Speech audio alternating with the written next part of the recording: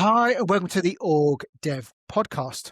So, what really drives change in organizations and what quietly kills it? Why do some initiatives build real traction while others fade out, even when the intent is strong? Anyone who's tried to execute a strategy, shift a culture, implement a new technology, or lead through uncertainty has felt that gap between what we intend to happen and what actually unfolds. And it's often not about the plan, it's the way things actually interact. And that's a space our esteemed guest understands deeply. We're absolutely delighted to be joined by Dr. Jean Boulton today. She brings a distinctive blend of scientific learning and training, senior strategy and change experience, and a long-standing interest in complexity and Taoist thinking, especially the idea that progress often comes from working with the grain of things rather than forcing them. Jean is a theoretical physicist by background and studied at Oxford University and then the University of Cambridge. Her field of study was quantum physics, and she then moved into engineering, strategy, organisational consultancy, and hands-on management as well. Jean has been deeply involved in the science and philosophy of complexity. She teaches worldwide postgraduate programs in international development, systemic change, engineering, holistic science, management, sustainability, and community engagement. I don't know how she finds the time to do it. She's also a fellow at the Institute of Physics and a visiting academic with the Department of Social and Policy Sciences at the University of Bath and with the Cranfield School of Management. In 2019, she was appointed as a research fellow at Stellenbosch Institute for Advanced Study in South Africa, and she's authored two brilliant books, Embracing Complexity and The Tao of Complexity, published in 2024. And inevitably, Danny is now, for those audio viewers, is showing the book and all of the brilliant post-it notes from her as well. The reason why we have loved to invite Jean on is because she has a lovely, accessible way of writing that really opens up a whole new way of seeing the world.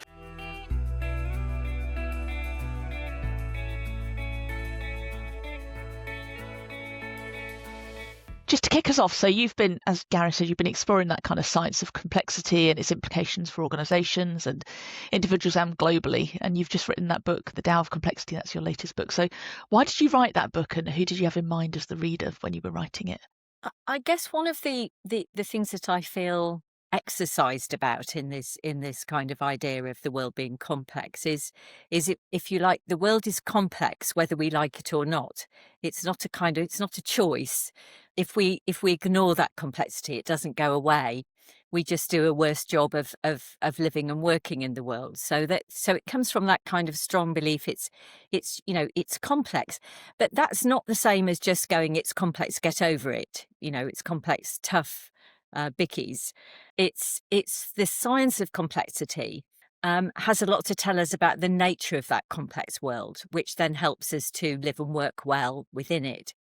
So I came across complexity thinking, probably a long time, longer than I care to admit, but certainly by the 1990s and probably earlier.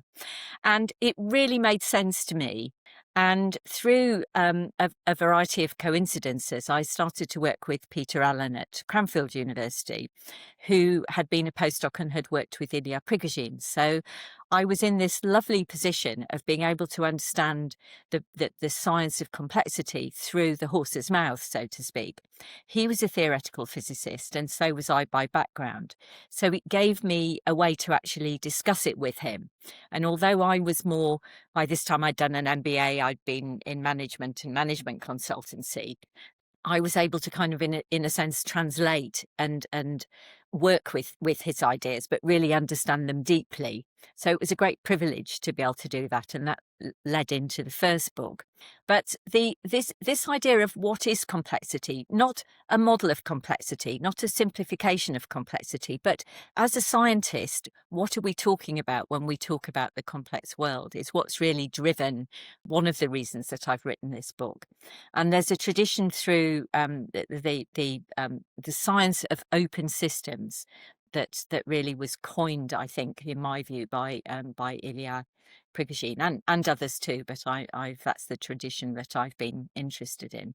Similarly, biologists were Stuart Kaufman, Maturana, and Varela. Brian Goodwin, that there was a kind of tradition of biology as well, which was really, in a scientific way, was saying, well, how do things change? How do things self-regulate? What does flow mean? so they had very similar ontologies, worldviews, coming from this tradition of the thermodynamics, the physics of open systems. And when we talk about open systems, what we mean is that the classical science assumes that a system is closed. So when Newton looks at the physics of the planets going around the sun, you assume nothing can get in and out of this box where you can then do the maths. The maths is practical. But as Prigogine pointed out, most situations of interest are open to their wider context. And it's the kind of the exchange of energy and resources with the wider context that allows patterns and form to emerge. So that was very interesting for me to look at this kind of real grounded science through physics and biology and say, well, what does that look like in practice? So that was one reason for writing this book.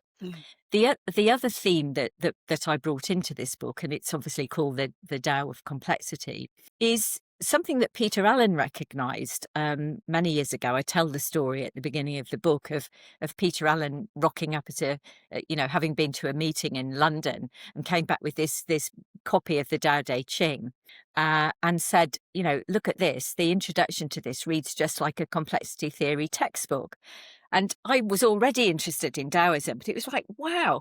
So I took the book off him, obviously, and nicked it and read it. And it really entranced me. This question of how 2,500 years ago in China could they come up with such a similar worldview to all this highfalutin science stuff and end up in the same place. Maybe there's something in it. It's more than an opinion. Maybe we're understanding something that's quite a grounded understanding of the way the world works. And if we understood that better, would we do a better job of it? So that was the kind of the impetus for writing the book.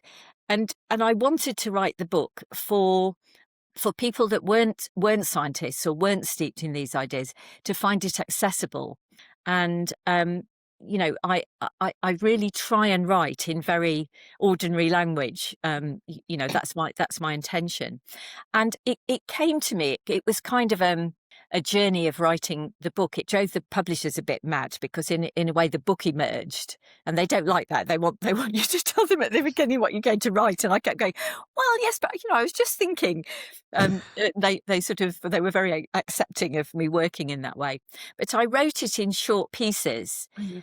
In a bit like the way the Tao Te Ching itself is written, short, slightly paradoxical, overlapping pieces that kept trying to drill down into ideas from different angles. And I wanted to write a book that allowed you to explore the nuance of these ideas, not just go, oh, emergence, I've got that, I've done emergence before, tick.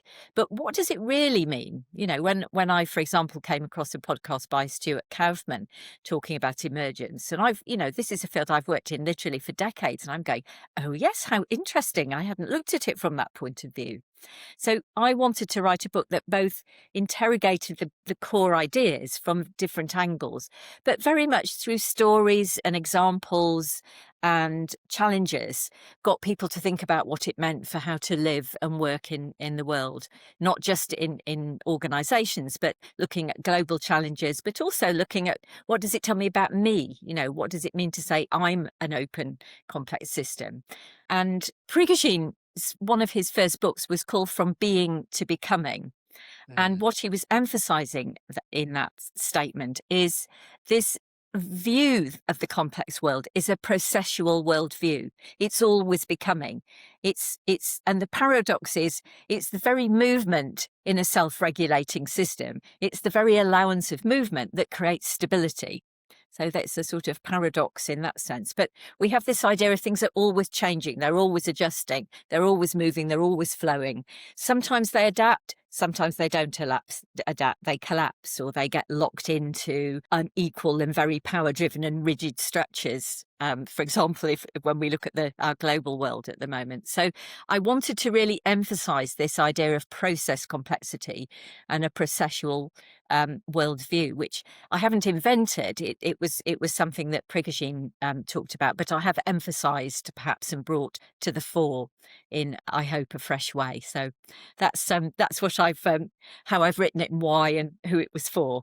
Fabulous. I really appreciated the structure of it and the kind of vignettes of kind of just to get you thinking at things different ways. So the other thing that's probably worth noting is the illustrations that are kind of dotted throughout the book. Where did they come from and what were they? Oh, that's a terrific story.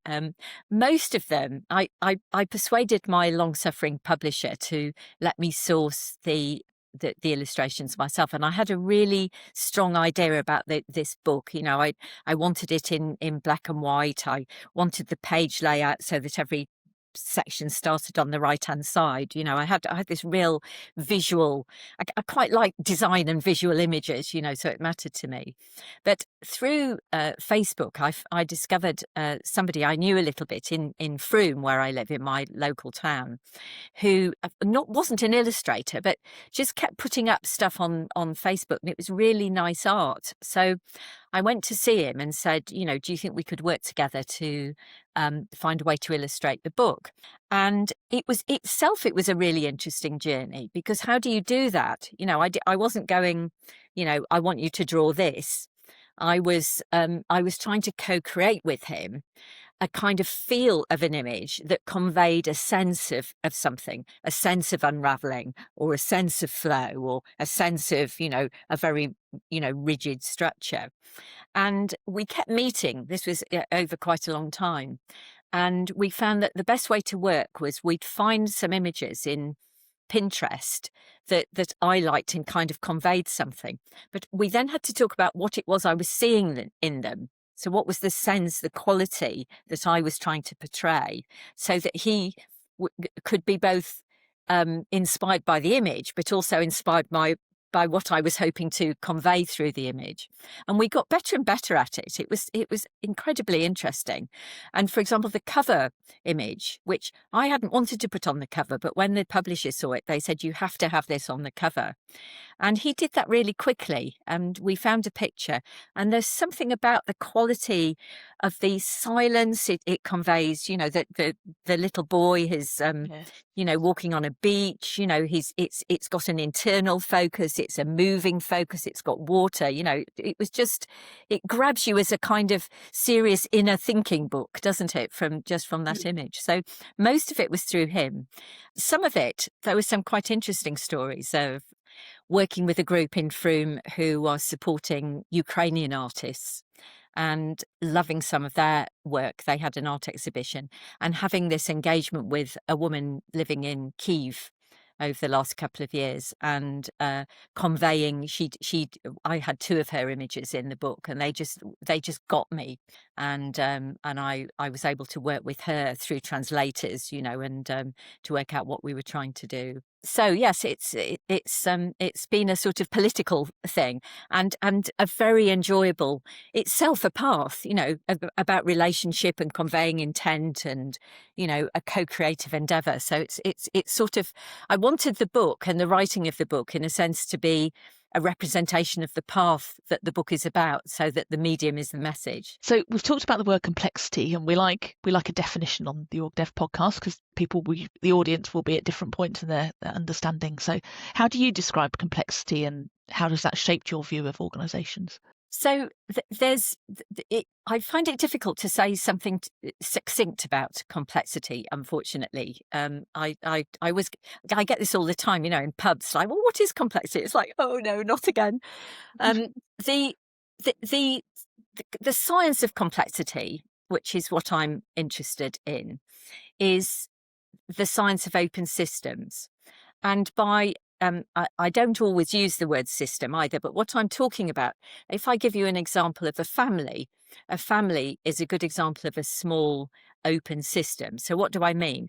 Well, we wouldn't forget, with it being a family, that a family is comprised of people interacting relationally and affecting each other. So there's a diversity the things in the family, like the people, are changing and affecting each other. So I'm both affected by, when I go and see my mum, I'm not quite the same person as when I'm talking to you, so there's a way in which I shift in relationship.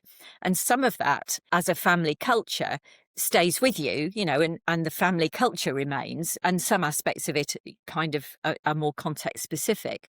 So if you look at a family, the characteristics it has of a complex situation, if I put it that way, is it's open to the wider context. Grandma might come to stay, people go to school, we buy a dog. There's things going on in it, so it's open, it's diverse, and it's relational. There's a relational reflexivity. So I affect my brother affects me back. If my sister's there too, my brother and I's relationship is slightly different. It's all kind of moving. But in a kind of adaptive family, you often find that there would be certain patterns of relationships and patterns of doing things that would sustain a good adaptive family. If dad can't cook the tea, then mum can cook the tea. If grandma comes to stay, people move the bedrooms around, it doesn't seem to matter. And let's say if there was a fire in the house, the family would be able to regroup maybe in another house and find their way. That would be an adaptive, patterned response that's co-created. It's continually refreshed by those relational interactions and norms and ways of doing things, but yet it's flexible at the same time. It's got that paradox of both and. So that would be an example of a complex system.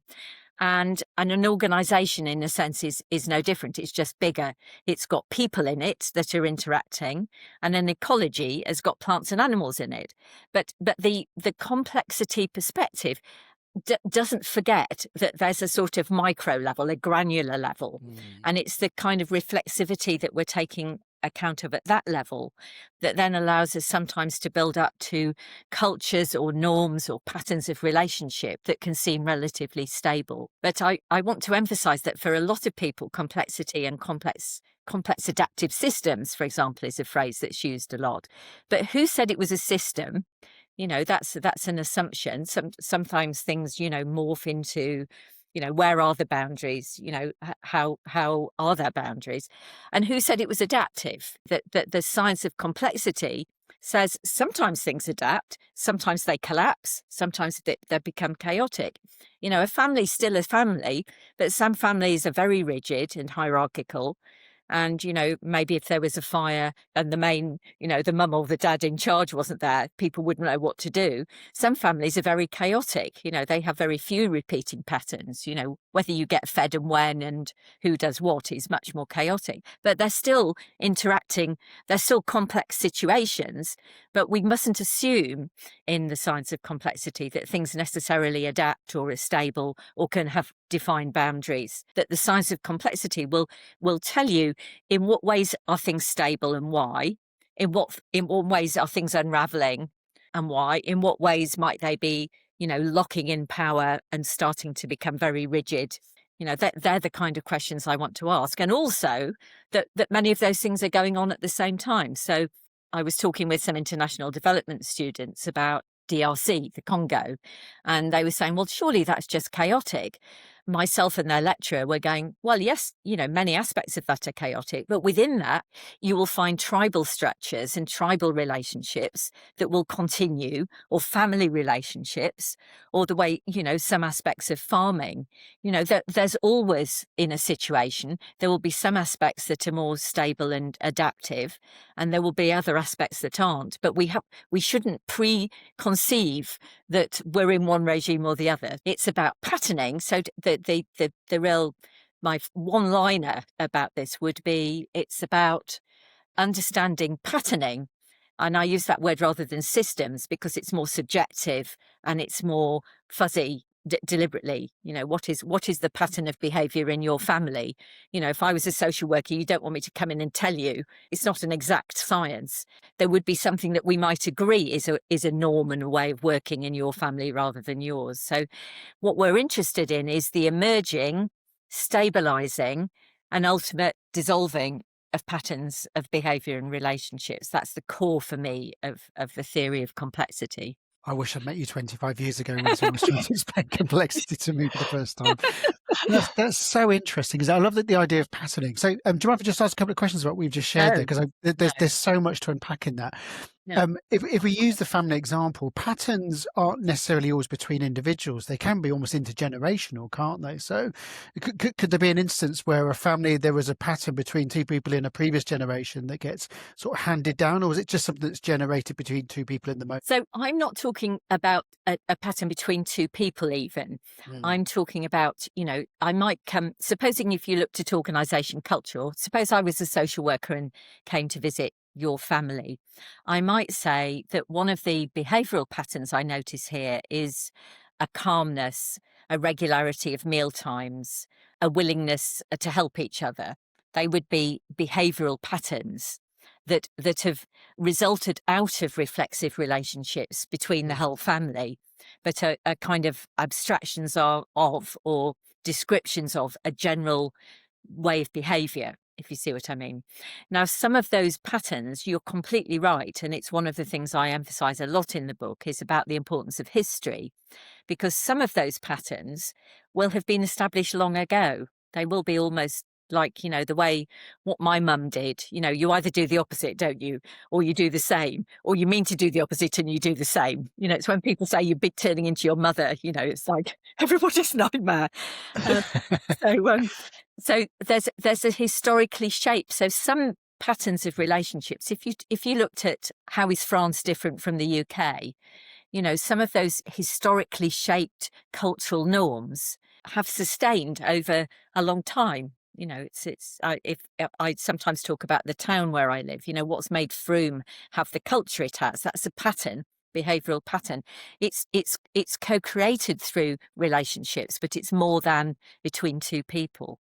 And what you're dealing with always in change, in transitions. So complexity is both saying what's stable and how does it transition, what makes things stabilize and what makes things transition, is you will find that sometimes patterns will collapse. Sometimes they go underground and sometimes they collapse. So if you look at some of the ethnic tensions, it's tensions is a cool word for some of what's going on in the world. They go back centuries. They have never gone away. They might go underground for a bit, but until they're kind of surfaced and healed and dealt with, and that's an extremely difficult thing to do, those patterns are kind of still there. There are other things that become new patterns. So in a sense, the neoliberal pattern it has been a relatively new one, over the last 30 years or so. It's become established as a new norm, and it wasn't particularly there. So and the old norms, perhaps are still there in vestiges. So that's how I would think about it. But bringing in the historical aspect is really important. And I guess the invitation to participate in those patterns is very strong, isn't it? And often it's unconscious as well. So you talked about the word reflexivity. What does that mean, and how can people practice that? Well, I think you bring in a good point, and it's the same in organisations. The way I try and describe complexity in the book is not just a sort of real thing about real things interacting in a way that could be modelled, but we all bring our unconscious, our history to work. That when you're, for example, I sometimes talk about attuning. So supposing you were a consultant or new to an organisation and you join a meeting, then part of what you're doing is you're trying to attune to the vibe, the ways people do things, who's who, where does the power lie, how do decisions get made here, what's the way of behaving.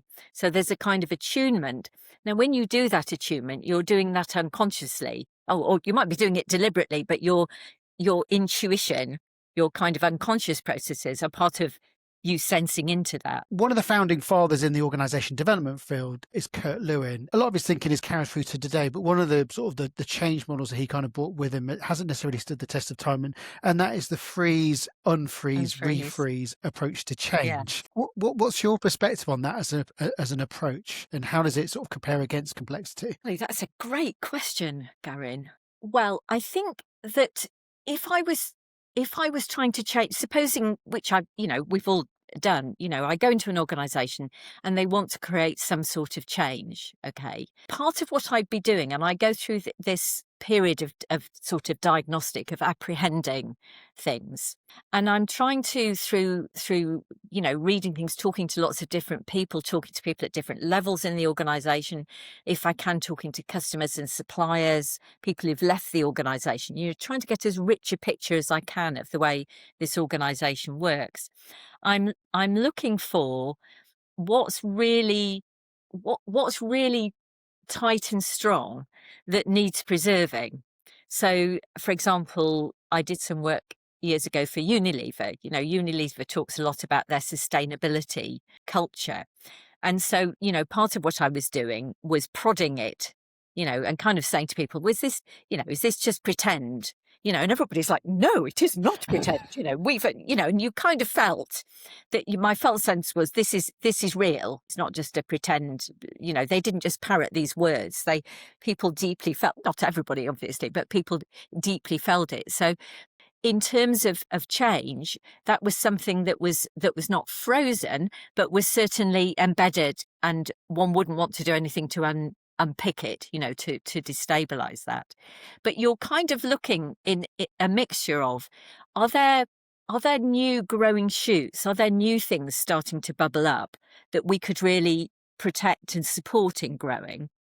Or are there things that we really are trying to help collapse? I think that it's all true. So I think the idea of sometimes it's a bit like the one who goes, the emperor has no clothes, isn't it? You sometimes, as a consultant or as a new manager, are trying to find ways to destabilize, to disrupt, to bring attention to something. And you are, in a sense, trying to unfreeze.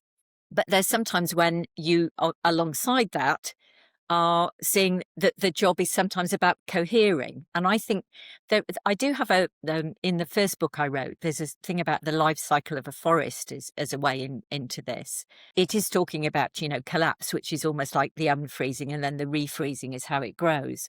But I think I see all that going on in different amounts, but I'm looking at all that at the same time.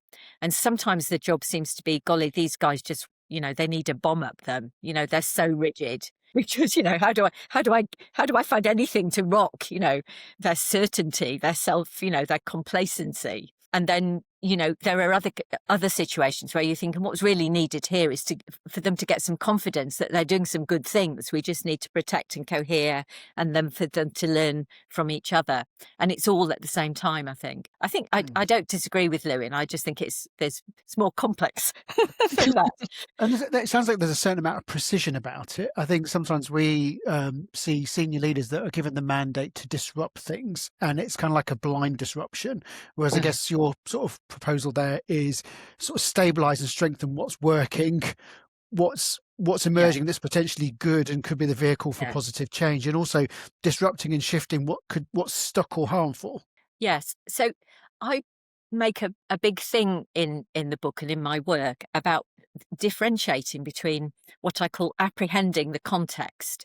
So spending time not just on my own, but looking at the past, present, into the future, looking systemically, looking at different aspects to it. If I was doing it for a region, I'd be looking at as sort of the political, economic, social, environmental, those kind of strategic things, but looking at them more systemically and looking at them more dynamically, looking at how those things are emerging. So you get this very rich, complex picture, and then you're helping managers. And you can do the same thing within an organization or within the context. Say, well, so kind of what's, how do you see this? What's stable, what isn't? And where are the kind of nodes and the opportunities and the cracks? So you're doing a lot of that, and you're using judgment, but starting through multiple perspectives to hone in on, like sustainability. That's a really important value. Let's really make sure that we test whether what we're doing would send the wrong messages to our staff. So you're doing a lot of apprehending with this complex world, but out of that, you then start to say, well, why don't we start here? Or here's an opportunity. So it then becomes, in a sense, more programmable. But don't do that until you've really worked in quite some depth with the richer picture. I talk about simplicity on the other side of complexity. And what I mean by that is, if you stick with the rich picture, sometimes you go, oh, here's a hill and here's a valley, and here's a little stream. I've got those now. Now I can work with those. Whereas if you simplify, if you say, well, we're only going to look at this part of the problem and we're defining the boundaries here, you might miss the very things that are the systemic opportunities that you wouldn't see until you hoover out. And that's what I think the phrase is. For simplicity this side of complexity, I wouldn't give a fig. But simplicity on the other side of complexity, i.e. if you embrace the rich picture and then stand back from it, that's really where you start to say, do you know what, I'm starting here, or that's worth doing, or this is important. And I think, part of what you have to do in organisation development is try to help leaders gain more confidence in their systemic thinking and their use of judgment. And I think we train that out of people in today's world much more. People are much more scared than they used to be to use their judgment. I think it's really, and the simplicity on the other side of complexity is one of the things that stuck with me from kind of reading the book. I really enjoyed that. And I think it's countercultural, isn't it? If you've got a consultant going in or a new leader joining an organization, there's this kind of pressure and this rush to make a difference. You need to deliver something. So taking that time to step back and see the big picture and the rich picture and apprehend can be really countercultural and quite difficult to do for some people. Yes, I remember one client. I knew the HR director personally. Not very well, but I knew her, and I was working for one of the directors. And apparently the director phoned her up and said, "Is this woman for real? She wants to do all this diagnostic stuff." And Susan, who was the HR director, said, "No, it's okay. You can trust her." And the way I sell it is to say, look, you pay me for the diagnostic. I'm going to work with all your people. So I'm already moving people along and getting them to think differently. And then we'll decide what to do. And then we'll do a pilot. So we're not doing a big thing. We're not doing a whole top-down big thingy that I'm selling you because I've done it somewhere else. I'm saying we're going to completely customize it for you. But all you've got to pay for is the diagnostic. And that's going to be team building, bringing people along, getting them to think differently. Then we'll try something out and see what happens and learn from doing something. So it feels, in putting it that way, it feels safer and cheaper and gets them more comfortable. And the other thing that I've always done is, if they go, oh, no, we don't want to do that, I say, okay, well, I'm not the consultant for you. Then they listen. You know what I mean? It's a good selling. Going, I'm walking away. It's like it works in souks, certain parts of the world, and it works in organisations because they're so shocked that you're not going, oh, I'll do anything for the money, that it can be a really useful thing to do. Hi, we're just pausing this interview for a moment. Have you ever finished an episode of the OrgDev podcast and wish you had a cheat sheet that summarises all of the key points? Us too. So we made one. It's called From Pod to Practice, and each week in our newsletter we'll share a 2-page summary of the latest OrgDev episode, and it includes key takeaways, a reflection prompt, and one small action you can try. And it's all in a digital format with space at the end to add your own notes and reflections, and it's designed to help you take the learning from the podcast into your day-to-day work. So to get your copy, just sign up to our Next Step to Better newsletter. The link's in the show notes, or you can visit our website at www.distinction.live to get the latest From Pod to Practice in your inbox. And let us know what you think. We'd love to get your feedback. The other thing that we hear a lot of talk about is kind of certainty, and complexity brings with it uncertainty, and it's how do you marry those things? How do you find a way for people to move forward when everything's unpredictable? So what's your view on kind of how leadership can kind of embrace complexity and that uncertainty, but still help people move forward and not just be like paralyzed by the complexity, I guess? Because people have become very tutored in left brain thinking, what people hear when you say things are uncertain is they hear chaotic. So it's a bit like people feel it's better to pretend to be certain than to handle a level of ambiguity or uncertain. But the complex worldview doesn't say things are random. it says there's a level of uncertainty in how the future unfolds. Sometimes the present unfolds relatively predictably. Sometimes things emerge and the radically new appears. But it's not random. That the pathways that are possible, the possible futures, are not infinite. They're constrained by what's already happened in the past and by the context. So I kind of try and reframe uncertainty is one thing. And then I find in working with organisations, if I can possibly get away with it, I don't use any language of complexity. I mean, it's because I've written books now, people kind of want me to go in because of that. But back in the day, I didn't use any language because it gets in the way. But I would use things like, have you been involved in developing a business strategy? No, yes, they say. And I say, well, and did it go to plan? How many times does it go to plan? And by and large, most people say, 90% of people say, no, it didn't go to plan. And I say, well, why didn't it go to plan? And then they describe the ontology of the complex world. Well, things happened that we didn't expect.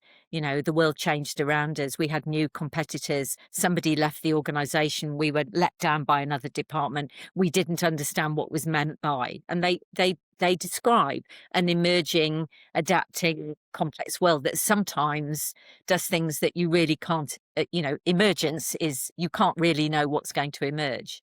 It's not to say that things are radically new all the time, but sometimes they are. You have to bear that in mind. That's the first thing. So they're starting to go, well, you're right.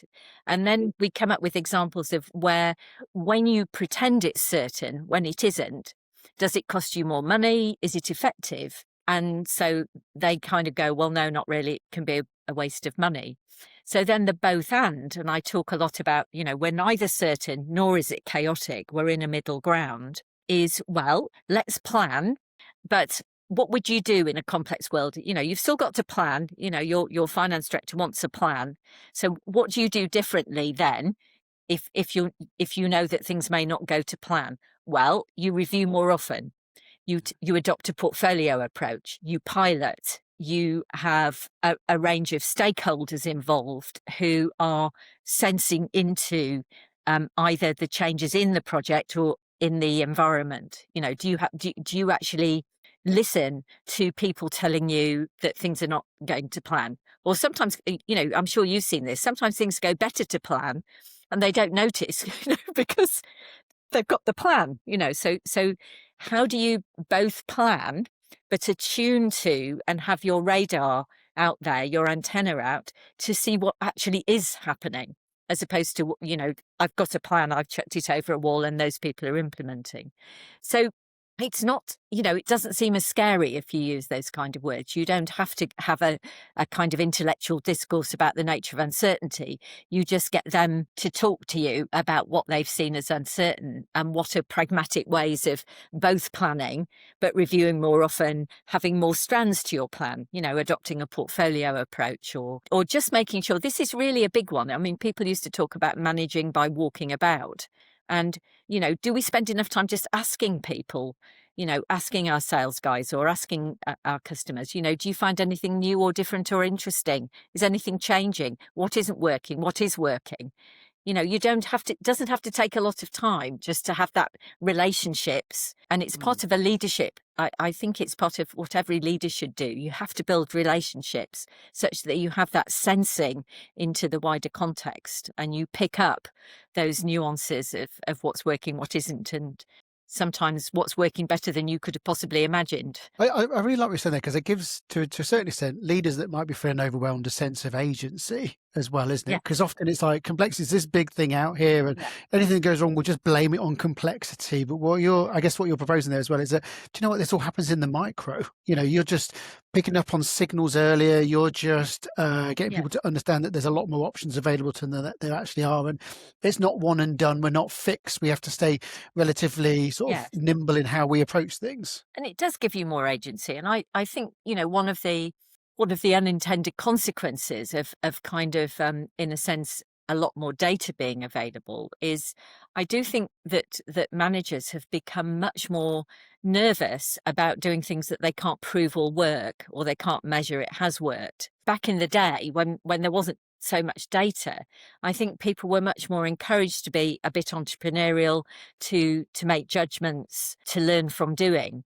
And I think it really behoves us in an organisation development sense to really develop leadership qualities that do help people to set an environment where you're saying to staff, well, try it out and see what happens. Come and tell me. Or anybody got any great ideas? What do you think isn't working? It's not rocket science. It's what you might do with your family. If you're trying to be a good parent, you try it out and see what happens. And it worked with that kid. It didn't work with that kid. You ask them what works. You have a relationship.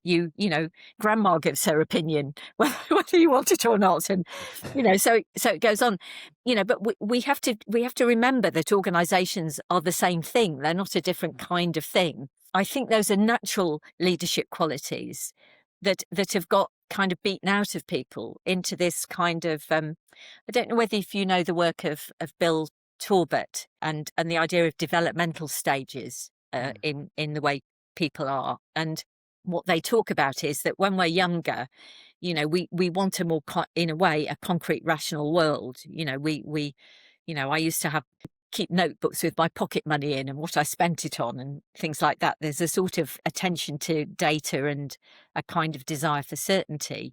But as we go through more developmental stages, we get more comfortable with ambiguity. We get more comfortable with making judgments. We can take in wider information and make sense of it and see the patterns in it.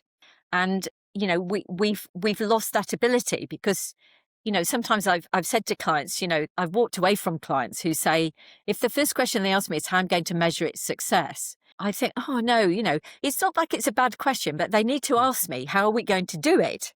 Do you see what I mean? What's your ideas about doing it? Not how are we going to measure its success? It's the wrong question to start with. It's a mechanical question. So I think there's something about how do we retrain people to do the things that they used to take for granted in our human nature and make them feel more confident about, trying things out, using their judgment, using judgment on complex subjective data. And I think this is why the word complexity is so difficult. If I say to my mum what's complexity, then she means blah, blah, blah, we know nothing, it's a mess, it's a complex world. What the science of complexity is saying is, but it's always patterned. There's always things going on that we can kind of tune into. And yes, we sometimes need to notice these growing shoots of change or collapses, but we don't have to know everything in order to know anything. That is not what we're saying with complexity. It's in some way, not that it was my choice, but it's not a very helpful word for what we're doing. If we called it the science of patterning, we'd have more traction. It doesn't sound as scary. One of the terms you come up with in the book, which is a really nice one, I'm going to pronounce it, is sagacity. Is that right? Probably. I guess it talks about it's like what leaders have in terms of discerning what to do. Yeah. So know when to act, when to hold back, when to sense, when to interrupt. Yes. How do you learn that thing, or is it more of a sort of a felt sense? It's kind of sort of a tacit way of working. So I think sagacity is a kind of, it's the idea, the difference between knowledge and wisdom. The sage, and it's a great Taoist word, has developed wisdom. So it's, like how do we develop wisdom in our lives? It might be all sorts of wisdom, the wisdom of how to hold yourself in difficult situations, or the wisdom of how to be a good parent or a good leader.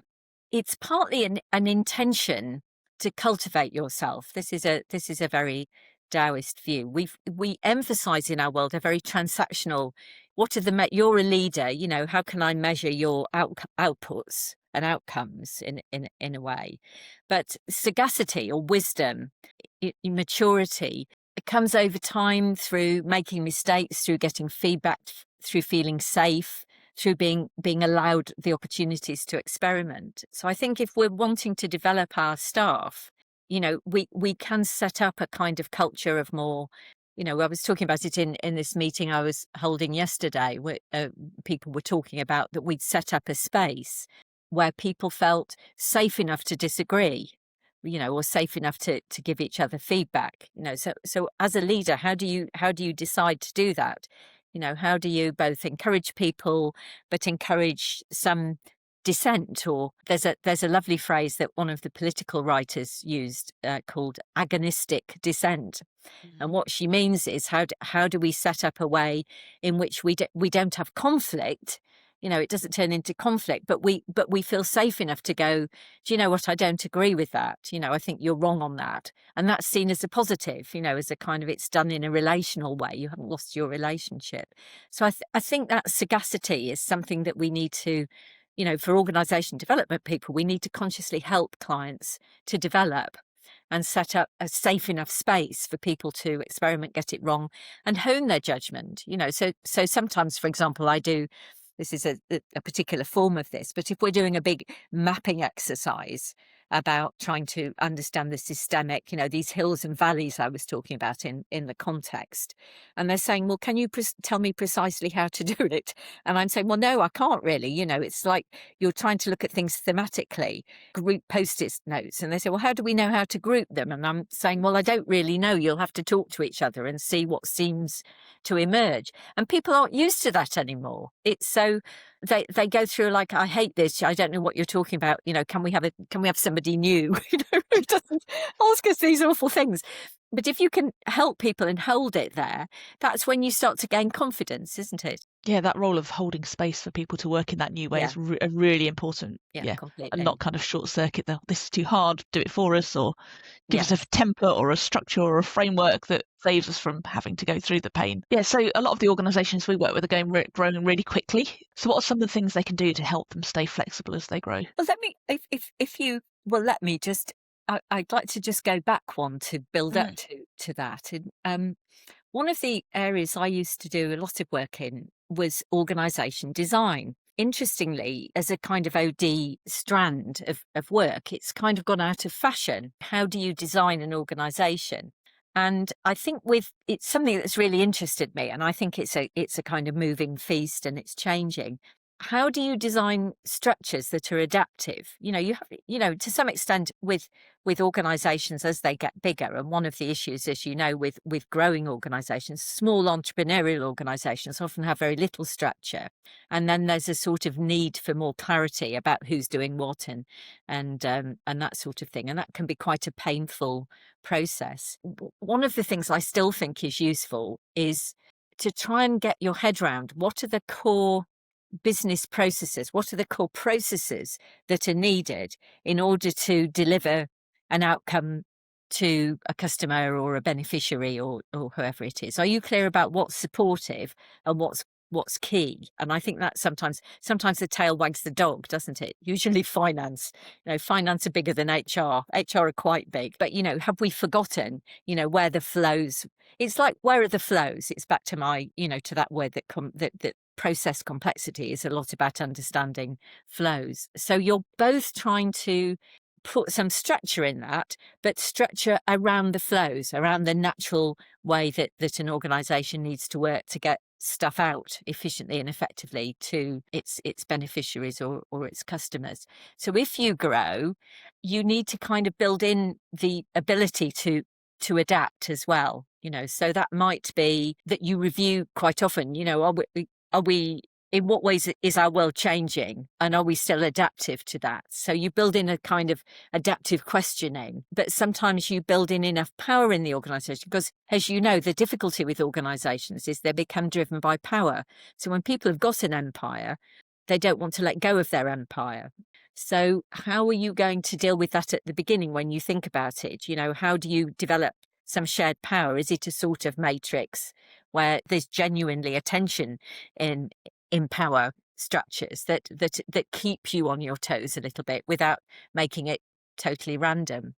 And are you doing that around the natural flow rather than what people regard as their hierarchies? They're not easy answers, but that work of assessing of how best to help an organisation structure itself and develop its processes, but in a way that's still responsive and doesn't, you have to name power, I think, a lot in this, because it's not that people don't know how to do that. It's often that just power gets in the way. Nobody dares tell the power seekers I learnt the hard way. I was doing some organisation design work many years ago. One of the senior directors looked at me in one meeting. He said, "You were trying to get rid of my job, aren't you?" And it's less. And I was quite young, and it's like, oh yeah. And funnily enough, he was really opposed to everything I did after that.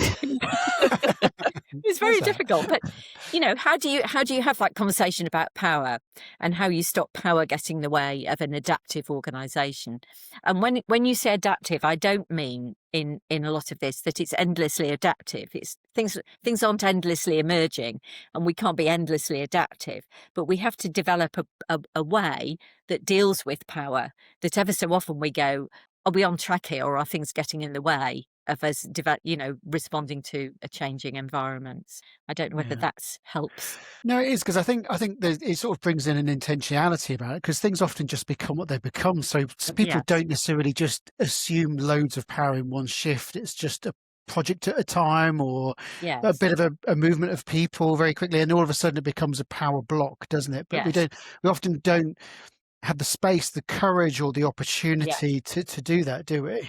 No. And I think it is one that having people from outside, it is a place for consultants when you're actually getting an organisation to grapple with power, because, we can say it from the outside in ways that it's harder to say from the inside.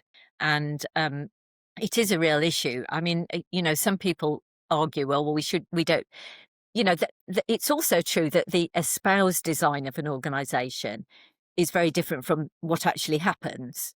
So as a consultant, you have got to get into the informal processes and how decisions are really made and how work really flows, not the pretend version. So you are working as a consultant with the kind of, how do you harmonise in some ways how do you get the formal and the informal to make more sense together?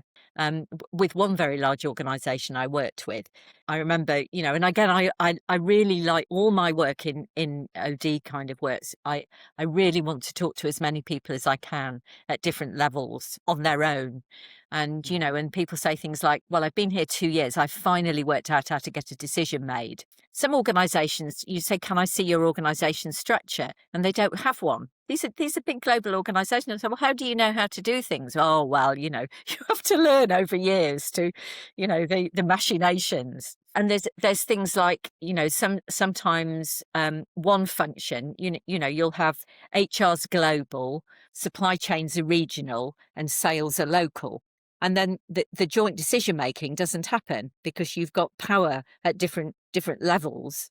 And you've got, in the main, I think I'm of the view that in the main, you need to build enough systemic power at the level, at the place where things get sold to customers, that people there have the flexibility, and you build structures behind it, in terms of compliance and access to resources.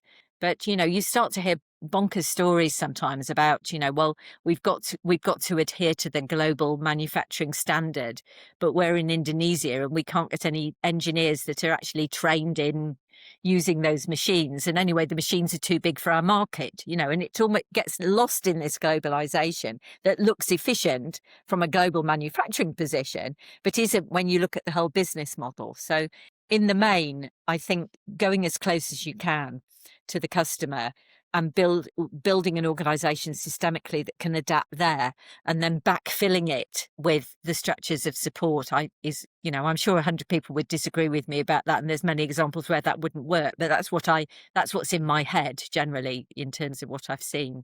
But I wish this organisation design question would be more prominent again in OD work. I do think it gets sidelined. Chris Moles writes about the importance of improvisation in organisations. So, a manager will give an edict saying, we will be doing this.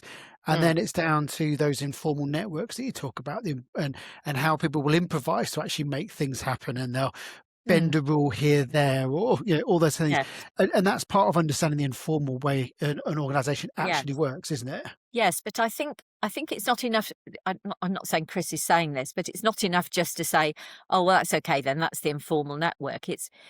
You want to facilitate a way of working that harmonises more the informal and the formal.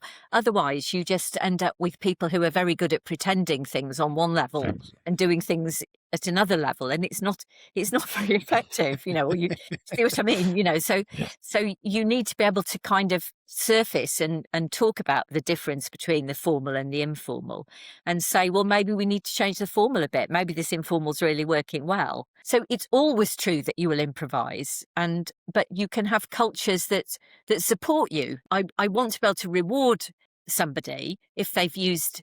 Oh, well, I'll just tell you this story. It was my mum was in hospital very poorly. She was moving hospitals. And when I was coming up by train, she lived in Yorkshire. And when I got to this second hospital, she'd been moved early. The ambulance had come early and I couldn't find her. I knew what ward she was in. I couldn't find her. So I finally track her down in this day room. My mother was a very strong northern, very strong character. Having hysterics, absolutely. I've never seen her like that, absolutely beside herself. And she'd been left in a day room with no food, no water, no medication for several hours. And I was a little bit cross, to say the least. And so I trot off to find somebody. And I have this ridiculous conversation, which is about, well, she hasn't been admitted. So, and I'm saying, okay, so, well, we haven't got a bed for her, so she couldn't be admitted. So we haven't admitted her, and therefore she can have no food, water, we can't take her to the toilet, we can't do anything. And the rule is, until they're admitted, you can't do anything. And because nobody was bothering taking out all stops to find her a bed, they didn't know anything about her. She just had an operation, she was in pain, she'd been on morphine, and there she was. And that's an example of where people get so captured by the formal system that they see no point in bucking the system and acting informally, because if anything happened, they'd get into trouble. You don't reward, the nurse wasn't rewarded by going to badger the doctor and saying, look, this lady's getting really distressed, we have to find a way of admitting her. Well, after I'd kicked up a bit of a fuss, they found a bed in 10 minutes, and she we looked at her medication and we're all on track. But do you see what I mean? We end up, if we're not careful, with the power of the formal structure, people feel, and you can't blame the nurse, but it's not worth her while to buck the system, to use her initiative. It's not her fault if the patient dies. It would be her fault if she did something against the system. And that's where I think we've got this tension between the two. That's an example of where the formal structure worked. Sometimes the informal structure works, and then you get very clever people who wander around underneath the surface, and that's not effective either. So it's a fairly big question, but when you look back at your career and your work, what are some of the biggest lessons that you've learned that you carry forward with you? I think the importance of being myself. I think I've become more comfortable with the qualities that are me. I mean, I've changed. I do think we're always changing. I think I'm still changing and learning and growing. But authenticity seems really important, and I'm more effective and happier and generally more relational when I'm authentic, even when, some of that authenticity is a bit edgy or it's not polished. I don't try and be polished. I think I try and be real. And people, I think, genuinely respond to, authenticity in each other. So I think that's something that I've learned. I think I've got more confident in my instincts, as I've kind of developed. And you kind of try things out and see what happens, and if they work, you think you've learned something. I think my ability to deal with the big picture and complexity in that sense has developed. And I've learned better how to do that. And I think something I've found myself thinking and writing about more and more, really, and I don't know that it's learned, but it's certainly been reinforced, is this idea of, we are all connected, that in this world, if we want a resilient world, it has to be resilient for everyone. If we start acting at the expense of others, if we take and they have less, or if we're doing it in relation to taking from the planet, it won't work in the end. And seeing the moment that increasing inequality, that increase of, the continuing lack of respect for the planet, the way the climate is going, it's just something about love, relationship, care, respect, we're all in it together, has become really reinforced in me. And, you know, one of the things that people talk about is about hope, for example, because, you know, we live in a pretty dire world at the moment. The amount of awful things that are going on has never been so many in my lifetime. I have not in my lifetime seen things that are so awful in so very many ways, in terms of inequality, conflict, climate change, you know, etc., rising populism, you name it. It's pretty dire. So, you know, what gives me hope? Well, one thing that gives me hope is in an emerging complex world, you never know. So there's a sense in you know, it might look dire, but then who'd ever thought we'd end apartheid or end slavery, or the Berlin Wall would fall? You know, you go along, you think nothing's changing, and then all of a sudden things have been going on under the surface, and things do change and collapse. So complexity gives me hope in that sense. But in another sense, even if the hope is slight, there's me here and now. You know, like, all I've got control over at this moment in time is how I'm talking to you. Can I do that as well as I can with good heart? You know, can I give of myself, let you see me and be authentic, because that might be more effective in what I'm saying than if I'm kind of, you know, talking through a blank screen. So it is like, in some ways, all we have to do, if I put it that way, is in this moment there are opportunities to act well, to cultivate myself with others in mind, to think about the future. I can do this well or badly, and I might do it badly anyway, but I can intend to do it well. I can intend to do it with good heart. And I think that's something that I've learned to trust more.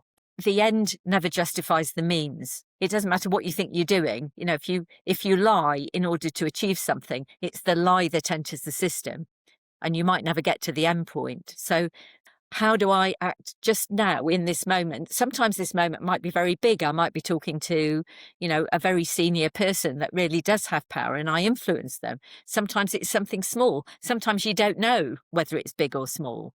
But all I can do is do my best in this moment. And I do think that's something I've really come to believe in. And it's kind of releasing, really, because that's all I can do. I can just do my best now. I am worried about the future. I do things with an intention. You know, the book ends with a kind of strong intention to consider some of these global issues. So that is my activism, as I say in the book, you know, to try and write and bring some attention to that and some ways of dealing with it. But I'm released in the fact that all I can do is be myself in the moment and try and act towards you, you know, and towards these questions in my best way, you know, with open heart. Jean, you're intensely well qualified. You have 3 master's degrees. You have a doctorate. But how do you invest in your own learning and development? How do you stay sharp? We're admiring your bookcase, and that's only one of 3 bookcases around you, isn't it? Four, sorry. How do you invest in your learning? How do you stay sharp? Oh, well, I loved, yeah, that's a great question. So I'm thinking, for example, about, you know, I find myself thinking about new writing, and I've been thinking about the kind of being more explicit, exploring more the idea of the inner and the outer world, and thinking about something that the Presencing Institute have talked about, 4th person knowing. This is sort of transpersonal knowing. So I kind of get, you know, I read something, somebody sends me something. I thought, well, that's really interesting. How do I find out about that?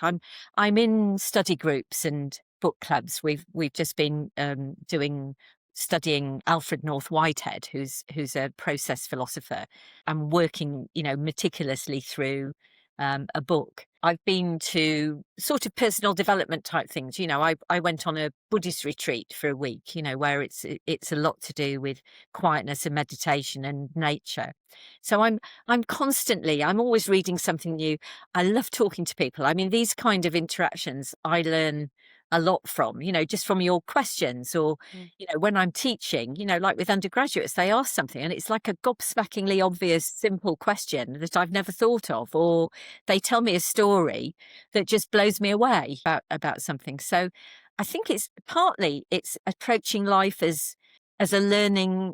Something that the Taoists talk about is we should always be cultivating ourselves. Obviously, we'd recommend people pick up your books and read those, but if people have kind of you've sparked an interest in what we've talked about today. Are there any particular books or podcasts or resources that you'd signpost people to? So Chris Moll's work I would recommend. I think Chris looks at issues of paradox. I like the way he talks about things. His podcasts and his work's very good.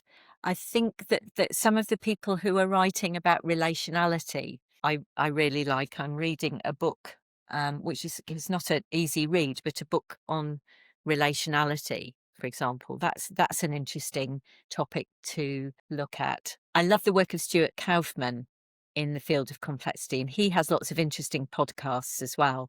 He does real ranty pieces about emergence or something, and I watched them 5 times. There's a fabulous book called Process Biology, called Everything Flows. So I quite like going to these more philosophical thinking pieces, because I suppose I don't know whether I did say that, but I think if you change your mindset or your ontology or your metaphysics, even these big words, if you change the way you look at the world, then in a sense finding methods and doing things differently seems more obvious.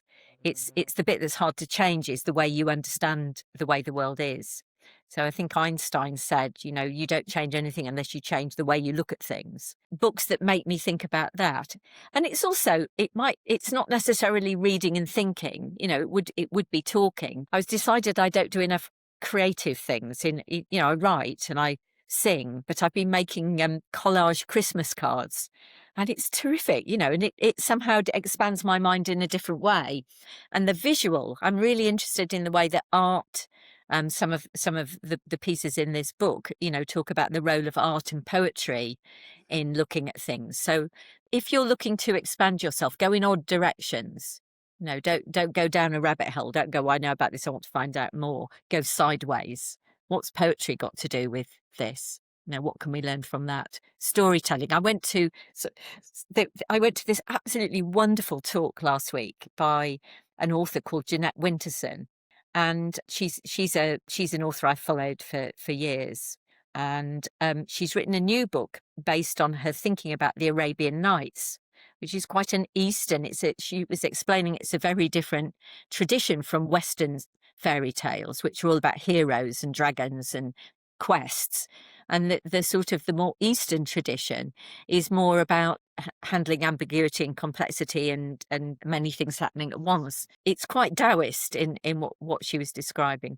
But she was talking about the role of the imagination. Now that's something I've started to read about. What is the role of the imagination? What does that mean? And she was talking about, we need different stories to the ones we have. Neoliberalism is a story. It's not a scientific fact. It's a story. We need sometimes to go back to old stories, and stories help to find another right brain, more embodied way of thinking about the future than, this sort of more concrete analytical. So I think that's what I would say to people. If you want to kind of develop your thinking, go off in odd directions and see connections. Brilliant. There's so many, I don't know about you, Danny, but my reading list has gone up tenfold. There's some really lovely references in there. And the last question from us for the podcast, and a question that we ask every guest, because one of the original missions of the podcast to inspire the next generation of organisation development practitioners coming through. And I guess I'm going to give you a 2-pronged question. You can pick which thread you'd like. What advice would you either give someone who's getting started in organisation development? So maybe they're frustrated with the way things are, or maybe they're seeing complexity and going, I don't really know. I've listened to the podcast and I've been really intrigued with these brilliant descriptions and articulations of it. What advice would you give them if they're just starting out? Really work out what you think. Don't go along with things because somebody else tells you it's professional or the right way of doing things. What do you think? Who are you and what do you think? What matters to you and what have you learned in your life? And then find like-minded people to work with that you can learn from, but that affirm your nature and your kind of starting point, because you will through life be able to deal with people who are very different from you. But if you're starting off, find like-minded people, of different ages and backgrounds, but feel comfortable in being yourself in that, and then learn from that position. But if you're thinking, this is really weird, I don't like any of this is not for me, then listen to your gut about that, because we do know we often have that beaten out of us by organisational processes and what's regarded as norms. But, norms are only today's stories. They don't last forever. So I think, find out who you are, find like-minded people and learn with them. And then, when you're more established, it's easier to kind of work out how to flex out of that. That would be my advice. And do it across ages. I love working, and engaging with people from different age groups and backgrounds, in terms of ethnicity, places in the world that they live. The more you can kind of find ways of engaging with people who are different from you. At the same time, if this isn't a paradox, finding people who you resonate with. They're slightly different, aren't they? You can resonate with people who are different. Jean, I want to say a huge thank you. I'm so happy you said yes to our invitation. I've been really excited about this. Those that know me will know that I'm a physics geek. And I was just so excited to have someone who has such a breadth and a feet in different worlds as well. And what you've done is you've brought together what is potentially intimidating or misdefined subject. And you brought a real elegance to it and a real accessibility to it as well. And I think that's really reflective in your writing as well. So we really encourage people to read your books, and we'll put links to both of your books in the show notes below. We really encourage you to read them as well. They're really great, aren't they, Danny? They are fabulous. Yep. Brilliant. So, Jean, we want to say a huge thank you. If people want to follow your work, if they want to just keep us up to date with the latest thing, what's the best way for people to get in contact? Well, I've got a website, embracingcomplexity.com, which has not only, access to the two main books, but I've also written a number of book chapters and articles and more formal presentations. So there's access, and a lot of them are just downloadable from the website. There's articles. There's also a great list of podcasts and presentations and other stuff that if people want to listen to it. And you can also sign up for a blog. I've got a whole blog series going on there, and you can sign up, or you can contact me via the website. And if people contact me, I do get back to them. I'm also quite active on LinkedIn. I quite like LinkedIn. But, if people are interested, please do contact me, because I like it. I feel like I've got all these new pen pals and friends all over the world. And it's just, that's how I learn and keep fresh, so don't, it would be lovely to hear from people. Brilliant. Well, you're now officially a friend of our podcast now. So, and that website is brilliant. We do a lot of preparation for these sessions. So we've read your book, we've consumed all of your online material, and it's a really great reference, and it's a great place to keep coming back to as well, because you keep adding to it as well. And I've really enjoyed it. I've been introduced to the term agonistic disagreement, sagacity, designing for the formal and the informal. And I think you did a mic drop definition at the end, which I love, which is norms are only the stories of today. I think that's such a lovely way of describing it. Oh, it's so good. I don't know about you, but Danny, I'm having a sleepless night tonight just thinking about all the things that Jean's raised today. Brilliant. So we want to say a huge thank you, and thank you to everyone who is tuning into all of our podcasts. We're so pleased with the response we're having. We keep adding more countries all of the time, and we have such lovely feedback on the guests that we have, and we know that Jean's going to go down extremely well. So if you have enjoyed this podcast, what we're always impressed with is the number of shares that we have. So if you're watching this and you're thinking there's someone, a manager who's a little lost, or an OD practitioner that maybe need to have a new insight on complexity, please do share this podcast. I know there'll be so much value in it as well. And hit the like button, because the algorithm gods love it. But most of all, importantly, Jamie, we want to say a huge thank you. You've been so generous with your time, your generosity of experience and insight as well. So thank you. Well, thank you. It's been lovely. I've enjoyed it, and you've been absolutely lovely to engage with. So I appreciate your warmth and generosity of spirit as well.